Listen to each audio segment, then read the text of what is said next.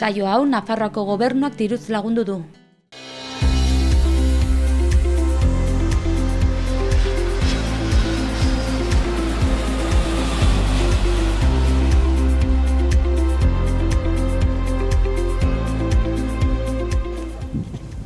Arratsaldean, Lorea. Kaixo. Hasi baino lehen eskatuko nizuke pixkat zure burua aurkezteko, mesedez. Lorea naiz, 31 urte ditut, bengoa naiz, barainaingoa naiz, eta hori, haurreskuntzako irakaslea naiz, eta irakasle moduan egon nintzen 2 urte Perun han lan egiten. Eta zure afizioak zeintzu dira? Urteekin asko aldatu dira, ze hasieran saskibaloia egiten nuen, aurrak beti gustatu zaizkit, eta gero adibidez, Perun itsaso ondoan bizi nintzenetik, orain itsasoa pilo bat gustatzen zait, surfa egiten dut ere bai, eta hori, gehien bat itsasoan egotea, pasaiatzea handik eta surfeatzea. Beraz, Perun afizio berriak sortu zitzaizkizun, ez? Bai. Eta hemen afizioiek burutzeko aukera daukazu, han bezain beste edo ez? Hemendik itsasoa ordu betera edo daukagu ez Donostin, baina orain Bizkaian bizi naiz, astebururo edo etortzen naiz, Bizkaian bizi naiz, eta orduan astean zehar han egiteko aukera daukat. Orduan, Iruñakoa, Bizkaian bizi zara eta Perun egon zen. Hori da, bai. Oso ongi, konta iguzu, zertara joan zinen eta zenbat denbora pasatzen nuen bertan? Egia esan da, ez zen nire planetan edo sartzen han bizitzea. Lanik gabe geratu nintzen hemen eta nire ahizpa ere bai. Orduan, elkarrekin erabaki genuen Perura oporretara joatea. Orduan, hilabeteko por batzuk egin genituenan, eta han lagunak, jendea ezagutu genuen han egindako lagun bati esan nion, irakasle moduan, lana aurkitzen baldin didazu, etorriko naiz. Eta hala izan zen, bueltatu nintzen, gero hemendik korreo bitartez hango eskola batekin hitz egiten hasi nintzen, eta ez dakit 2 asterara, 3 astetara bueltatu egin nintzen, gainera ostegunean Perura iritsi eta astelehenean ja lanean nengoen eskolan. Beraz, printzipioz oporrak bilakatu ziren? Bai, hori da. Lan? Bai. Eta zenbat denbora pasatzen nuen bertan? Ia 2 urte. Lehenengo ikasturtea esen osoa izan eta gero ikasturte oso bat. Aizpa ere bertan geratu zen? Ez, nire aizpa etorri zen eta hemen geratu zen ja. Eta bakarrik geratu zinen zu? Bai. Ados? Eta han irakasle lanetan aritzeaz gain, beste zeo zer egin zenuen edo ez? Ez, irakasle moduan egon nintzen, eta nahiko, ez? Bai, egia esan da, nahiko. Nahiko aldaketa da, irakaslean izatea oso lan, oso polita, baina gogorra da, eskulan asko egiten dira, eta ordu asko sartzen dira aurrerekin egoteaz gain, gero etxean. Hezkuntza alderatzen baduzu pixkat hemenetan, zintzuk izango lirateke ezberdintasun nagusienak? Oso desberdina. Bai. Adibidez esan, hezkuntza publikoa ez da hain ona, eskola pribatuak dira hoberenak, eta gainera ez da txapelketa, baina konpetizio asko dago eskolen artean, eta zaila da zure semea eskola on batetara eramatea. Eta dirua gainera behar duzu, eta oso desberdina. Beste lekuren batean bizi izan zara, Peruz eta Bilboz aparte? Madrilen. Bai, urte bete. Ikasketa kontuengatik edo? Bai, baina zerbait desberdina. Hemen aurreskuntzako Nafarroako Unibertsitate Publikoan aurreskuntzako magisteritza egin nuen, eta gero aldatu egin nahi nuen, ze gaztean nintzen oraindik eta aldatu egin nahi nuen. Eta zara, Baina esan gazte, eta Madrilera urte bete joan nintzen, modako master bat egitera, super desberdina, baina, Oso ongi. Bai. Goazen Peru hitz egitera pixkat. Nola bizi da jendea bertan ekonomikoki eta sozialki? Oso, ez dakit, peruviarrak oso alaiak dira, azkenean klima oso ona daukate, ni bizi nintzen, Arequipan bizi nintzen, eta hango klima oso ona da. Urtean 300 egunez eguzkia daukate. Orduan klima oso ona da eta horrek egiten du jendea askoz lasaiagoa, alaiagoa izatea, ez? Baina, bueno, oso desberdintasun, ekonomikoki desberdintasun handia daude, edo dirua daukazu edo ez daukazu. Ez dago hemen daukagun klase ertaina, ez? Bai, hori da, ez daukate. Orduan, niri adibidez, niretzat oso harrigarria izan zen, hemendik baldin bazoa soporretara, merkea irutzen zaizu dana. Baina hango soldata batekin oso garestia da dana. Osea, supermerkatuan, hori jogurrak, esnea, oso garestiak dira soldatarekin konparatuz. Eta etxe bizitza lortzea zaila egin zitzaizun? Ez nuen, ni alokatu nuen, eta, bueno, ez pentsa. Hori, hasieran adibidez, etxe batean bizi ginen, ez ganaukala ez, koltsoia lurrean, eta listo, hori lortzea erraza da, baina gero ja altzairu gehiago eta zailagoa da. Baina aurkitzea orduan nahiko erraza. Bai. Eta alokairuak eta ongi? Bueno, depende non. Bai. Hiriburuan garestiak, baina kanpora teatzen baldin bazara, askoz merkeago, hemen bezala, ez? Eta etxebizitzak fisikoki hau da, banaketa eta nolakoak dira? Etxebizitzak oso kuriosoak dira, ze gehienak bukatu gabe daude. Ez dakit oso ondo nola funtzionatzen duen, gehienei azkeneko solairua falta zaie, edo sabaia, ze sabaia izan ez gero edo garestiagoa dira. Ez dakit zerbait gehiago ordaindu behar da, eta orduan gehienak daude bukatzear, baina ez dira inoiz bukatuko. Orduan oso kuriosoak dira. Eta zuk partekatzen zenuen pixua? Bai. Hango norbaitekin? Bai. Ados.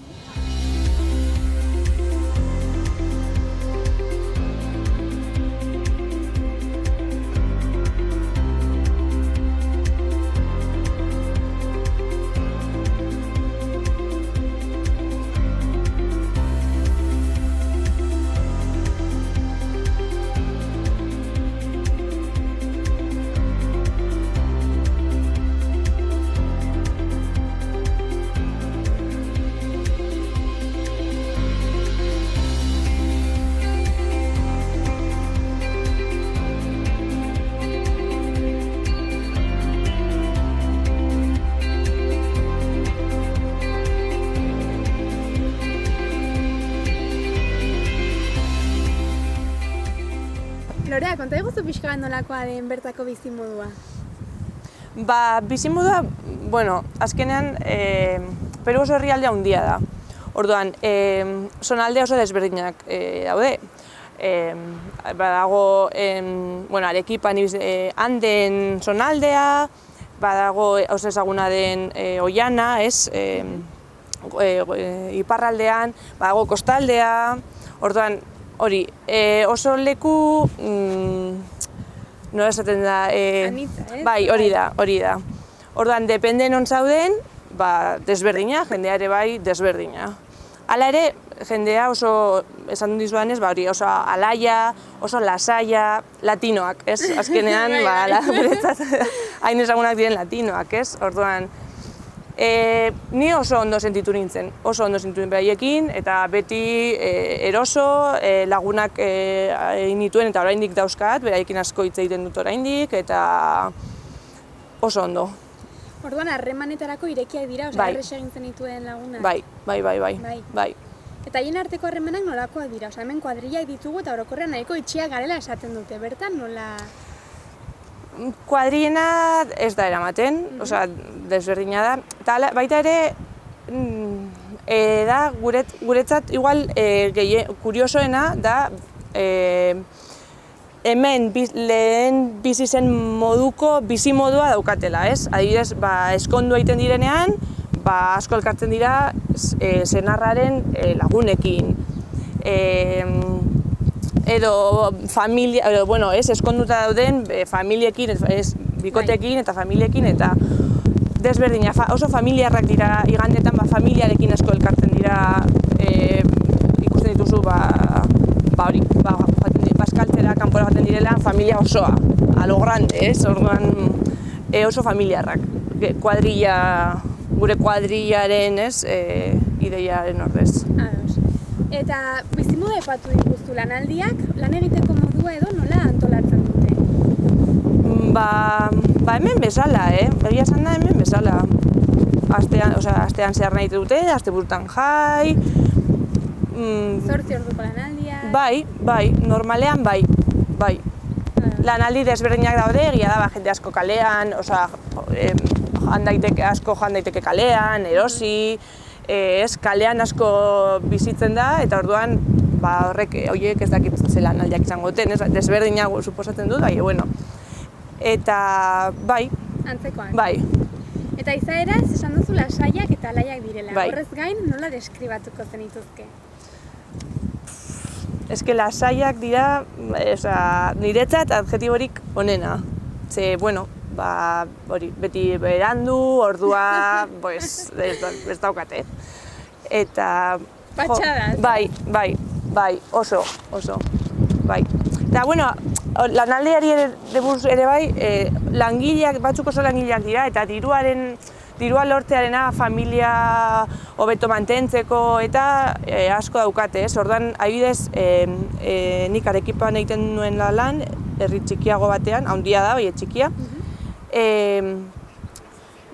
Gizonezko askok joaten ziren Limara, kapital hiriburura lan egitera. Eta horra adibidez lan asko egiten zuten, Gure ideia de empresarios, de lan asko sartzen zituztela eta, Eraz, langileak dira orokorrean, familiaren ideia horrekin lotzen badugu, edo? Bai. Ados. Eta janaria, konta iguzu nolakoa den janaria, ze plater gustatu zitzaizun zuri bereziki? Janaria oso ona da, super ona. Gainera ospetsua da, Bai, oso. Orduan oso ona, gainera niri oso gozozalea naiz, eta orduan postre pilo bat dituzte. Eta gainera mezkla handia daukate. Adibidez, sushi asko jaten da, Japonia edo asiar janaria den eragin asko daukate, beraiena ere bai, ez dakit zenbat patata klase dauzkaten, baina pilo bat, orduan, eta gainera oso harro daude bere janariari buruz, bere janariarekin. Eta plater bereziren bat, hola? Jo, batzuk? Batzuk, adibidez, baina ez galdetu nola egiten den, ze hori ja... Izena, gero bilatuko dugu. Oso ezagunak dira, lomo saltado, aji de gallina, gainera platerra hundiak, goratzen dut platerra hundiak, gauza pilo batekin, arroza beti, eta hori, lomo saltado, aji de gallina, cevichea ere bai asko jaten dute, dela arraina egosi gabe, arraina... Eta gero postreak ere bai pilo bat dauzkate, txokolatea pilo bat jaten da... Eta bat aurkatu beharko bazen nola? Postrea? Bai, plater bat, zuretzako goxoena. Cevichea, arraina gustatzen baldin bazaizu, cevichea oso gozoa da. Bai. Eta gero ere bai izango nuke aji de gallina. Bale, apuntatuko dugu. Bai. Ez ditut galdetu festagatik, lanagatik bai, baina festagatik ez. Nola divertitzen dira bertan? Kalean. Kalean, adibidez oso patriotak dira. Orduan, uztailean fiestas patrias dira, eta orduan herrialde osoan ikusi ditzakezu banderak, eta jai pilo bat, desfileak, kalean eta jende askorekin ere bai. Goratzen naiz behin, urtebetetze batetara gonbidatu zidatela, eta, kuriosoa izan zen, ze egon gela batean, danak eserita, eta garagardo botila bat pasatzen zuten, edan eta aurrengoari, eta erdian dantzaten zuten. Dantza. Saltxa asko dantzaten da, eta orduan, hor dantzan. Orduan ateatzen zuten jendea, dantzatu, eta bero eseri, garagardoa, eta hori da... Beraz dantza, edan? Bai. Antzeko orduan esango zenuke edo? Bai.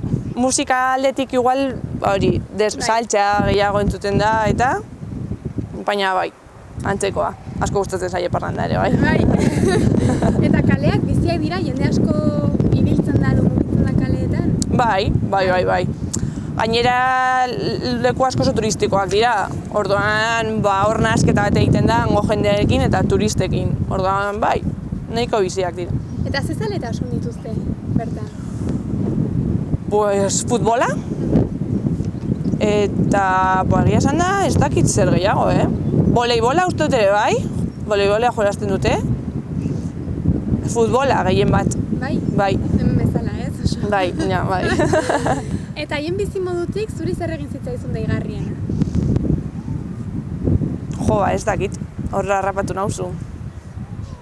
Ez dakit. Hori, oso lasaiak eta irekiak direla eta bizimodu erraza. Nik esango nuke bizimodu oso erraza dela. Bai. Han bizitzea erraza da. Bizitzeko tokia atsegina da, orduan? Bai. Eta... nola ikusten gaituzte kanpotarrak? Jo, hori asko aldatu da. Ze hasieran, ni joan nintzenean, kanpotarrak oso ongi ikusten zituzten. Eta horregaitik ere izan zitzaidan nahin erraza lana aurkitzea. Ze izan zen, Europea erraza da. Orduan, hezkuntza ona daukazu, bai, oso ongi ikusiat. Orain ja ez hainbeste, ze orain hainbeste jende dago, hainbeste kanpotar daudean, ez hainbeste, orain pizkan nekatuta daude, jende asko hemendik aruntz doala lana bilatzera eta orduan, baina la ere ongi, osea, bai. Ados.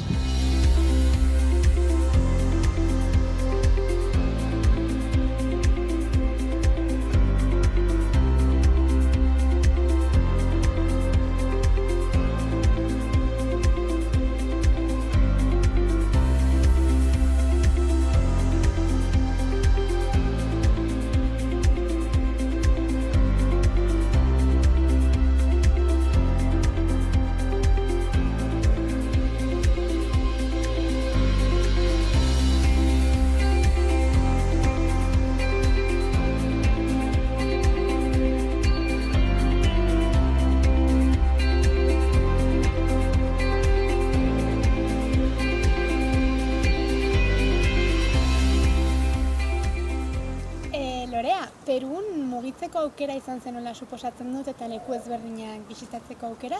Kontatuko zenigoke pixka bat ze ibilaldi egin zenuen edo ze ibilaldi gomentatuko zenukeen? Egia esan da asko mugitu nintzen eta oso ondo gainera. Iparraldea ezagutu nuen, hain ezaguna den Mankora, eta gaineran esperientzia oso ona bizi nuen, ze baleak ikusi nituen, baleak asko gustatzen zaizkit eta baleak ikusi nituen. Gero ere bai, Machu Picchu, Cusco, oso ezaguna den Machu Picchu, Kolkan, Cotahuasiko, Kolka bezalako kainoia da, baina Cotahuasi ez da hain ezaguna. Eta gero ere bai, Oianean egon ginen, oso leku desberdina. Eta lagun batzuekin Perura bueltatuko bazina, ze ibilaldi prestatuko zenieke? Depende zenbat denbora doazen. Machu Picchu ikusi behar da. Machu Picchu pasada bada eta ikusi behar da. Baina bi moduz egin dezakezu, edo bidaia laburra, Machu Picchura joan eta listo, edo el camino del Inca egin dezakezu. Eske leku piloa daude. Orduan... Gaz bat aukeratzea ezinezko, ez? Ez, niretzat ez. Eta Lorean, egon da, gogoratzen duzu anekdotea edo momentu bereziren bat? Pilo bat, egia esan da pilo bat. Bai, bi urtez? Bai. Hasteko leku ez turistikoetan nik desberdina nintzen, altua, han egoteko oso altua nintzen, eta gainera, azala txuriago eta ez, orduan, Jota hurrentzat oraindik altua. Hori da, gertatu zitzaidan igual jatetxe batetara sartu, eta goratzen naiz bazkaltzen genuen bitartean neska txiki bat, niri begira zegoela denbora guztian, en plan, baina nor zara zu, ez? Bai. Bai. hori askotan gertatzen zitzaidan leku batzuetan. Eta gero beste anekdota bat oso kuriosoa izan zana, supermerkatu batetako komunera joan nintzela, eta komunak ziren, dana itxita, baizik eta azpian zirrikitu, libre, ez daukateko komunak dira, eta txanpon bat zitzaidan, sol bat, euro bat, hemen izango litzeteke bezala, txanpon bat zitzaidan, eta bueno, batxizain nuen, eta pentsatu nuen, batxizaukat prakak igotean, txanpon hartuko dut. Ezin nuen hartu, ze bapatean, ondoko komunetik, zapatilla bat agertu zen, eta txanpona zapaldu, eta bere komunera eraman zuen, eta hartu zuen. Eta ez nion ezer esan, ze hain harrituta gertu gintzen, ez niola ezer esan. Atzera nintzen, eta, bueno, sol bat kendu jate. Anekdota kuriosa. Lorea, galdetu behar dizut amaieragatik. Bueltatu behar zinela erabaki zenuenean, azkeneko agur hori nola bizi zenuen? Negarrez eta negarrez. Ze, bueno, han lagun talde polit bat egin nuen, eta izugarrizko pena eman zidan bueltatzea. Nire erabakia izan zen bueltatzea, familia asko faltan botatzen nuelako, izugarri, azkenean oso urrun nengoen, ona etortzeko bi eguneko bidaia neukan, eta gainera ordu diferentziarekin, ez nintzela enteratzen ze gauzak hemen gertatzen ziren, edo beraiek lotara joaten zirenean, ni oraindik ezen gaua, nirentzat, ez? Orduan, horregatik bueltatu nintzen, apena handiarekin, ze hango lagunak angeratzen dira. Bai. Hala ere, zure familia joan zen bisitan edo izan zuen aukera hori? Bai, nire ama behin etorri zen, 2 aste, udan, bai. Hori zen urrengo galdera, galdetu behar nizun, han egonda zer bota zenuen gehien faltan? Familia. Aparte, baduzu? Familia, lagunak, ez? Baina, pertsonak bakarrik azkenean, bai. Eta hemen egonda, zer da handik gehien faltan botatzen duzuna? Lagunak, bizimodua, ere bai, desberdina, bizimodu desberdina, ere bai, eguzkia, eguraldi ona, pilo bat, nabaitzen dut. Itzuliko zara, itzuli nahi duzu? Bai, ziur. Oporretara edo geratzera? Niretzat, alde batetik, geratzera izango litzateke. Baina familia guztia eramango banu. Beraiekin, dana joango bagina, baina bestela ez. Familiari zer iruditzen zaio hori? Ez daude oso ados. Bueno, konbentzitu ditzakizu. Bai, agian. Ze aholku emango zenieke, atzerrira joan nahi duten edo zalantzati dauden pertsona horiei? Ni oso pertsona lotxatia naiz, eta beti kanpora joateko ideia edo ez nahi nuen, baina ez nintzen ausartzen eta zalantzari gabe esperientziarik onena izan da, eta superarro sentitzen naiz, han egon naizela, orduan ausartzea benetan izugarrizko esperientzia dela, eta bueltatzeko aukera beti dagoela, hemen. Hemen saleko hau beti egongo da, eta ausartzea. Eta gure ikusentzulei nola salduko zenieke Peru? Herrialde oso anitza, denetarik aurkitu ditzaketen leku bat, harrigarria, jendea, esan dizudanez, oso irekia, oso leku harrigarria. Beraz, gomendatuko zenuke Perura joatea? Bai. Lorea, mila esker benetan gurekin partekatzeagatik esperientzia hau. Zuei. Aio. Agur.